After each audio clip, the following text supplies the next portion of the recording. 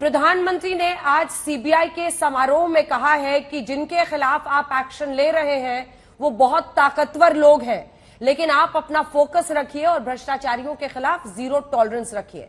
जिसे विपक्ष अन्याय कह रहा है उसे पीएम भ्रष्टाचार के खिलाफ बड़ा एक्शन बता रहे सीबीआई के अधिकारियों के सामने। हाल ही में सीबीआई के एक प्रोग्राम में मोदी जी के द्वारा दिया गया एक भाषण सोशल मीडिया में बहुत ज्यादा वायरल हो रहा है, जिसमें मोदी जी विपक्ष को काटघरे में खड़े करते हुए उलझुल बयान देने लगे। उसी मुद्दे पे डिबेट करते हुए सुधांशु जी और आलोक जी जब मोदी जी की बयानबाजी को सही ठहराने लगे, तभी प्रियंका जी ने दोनों को टोकते हुए सीबीआई के ऊपर ही प्रश्न चिन्ह खड़ा कर दिए। ये भी बोलने से पीछे नहीं हटे कि सीबीआई तो मोदी जी की कठपुतली बन के ही काम करते हैं।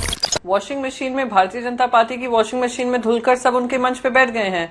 उनके जो मंत्री हैं, उनके मुख्यमंत्री हैं, उनकी जो उन्हें सरकारें बनाई हैं दूसरी सरकारों को गिराकर, वहां पे सब वॉशिंग मशीन से नहाए हुए हैं।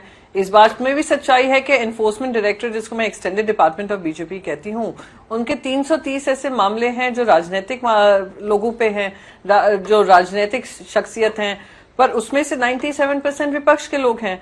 सीबीआई का हवाला कौन देता था 2014 से पहले? कौन ये कहता था कि सीबीआई अंडरमाइन की जा रही है, सीबीआई को सरकार दबाव बना रही है? भारतीय जनता पार्टी ही करती थी। पर ये लोगों को चुप कराने का काम, विपक्ष को दबाने का काम, विपक्ष को ये घबराने का काम कि आप लोग बोलोगे तो हम ईडी भेज देंगे, आईटी भेज देंगे, सीबीआई भेज देंगे, वो एक पूरा देश का प्रोजेक्ट बन चुका है। वो जग जाहिर है, मुझे उसको प्रूव करने की जरूरत नहीं है। हर्षवर्धन पाटिल जी ने कहा है कि नहीं कहा है, जब से मैं बीजेपी में गया हूं मेरी रात को चैन की नींद आती है, क्योंकि मुझे पता है एनफोर्समेंट डायरेक्टरेट मेरे घर नहीं खटखटाएगा। क्योंकि बीजेपी के सांसद अभी हाल ही में सांगली के सांसद हैं, उन्होंने यही कहा था क्योंकि मैं बीजेपी में हूं ईडी मेरे पीछे नहीं पड़ेगा। नारायण राणे जी ने क्या कहा था कि अगर दाऊद भी हमारी पार्टी में आ गए तो हम उसको क्लीन चिट दे देंगे। और यहाँ पर भ्रष्टाचार और नॉन भ्रष्टाचारी की तो बात ही रह गई।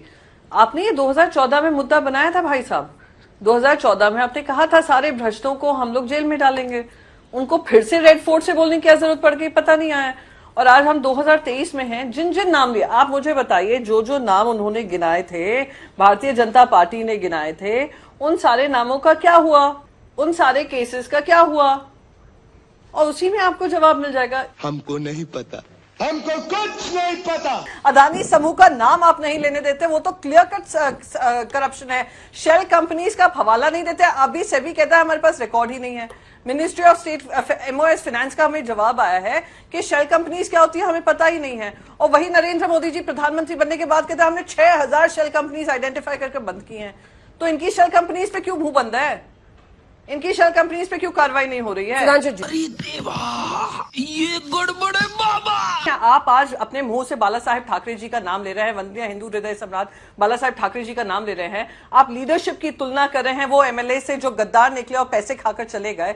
मैं आपसे कहती हूं आज हमारी लीडरशिप, वो लीडरशिप जिन्होंने 25 साल आपका साथ दिया, वो आपके खिलाफ लड़ रही है। जब आपने सीबीआई का हवाला देकर उनको हर केस में फंसाने की कोशिश की, आपने ईडी का हवाला देकर उनके परिवार को फंसाने की कोशिश की, आपने आईटी का हवाला देकर उनके ऊपर मुकदमे चलाए हैं, तो आप तो अगर कम अपने मुंह से उनका नाम ले तो ज्यादा शोभनीय होगा। क्योंकि इस समय पे जो आप लोगों ने माहौल बनाया हुआ है वो उस भारतीय जनता पार्टी के जमाने से बहुत अलग है, जहां पे अटल बिहारी वाजपेयी जी जैसे होते थे या एल के अडवाणी जी जैसे लोग होते थे। आप कुछ भी बोलो, ये नहीं सुनने वाला।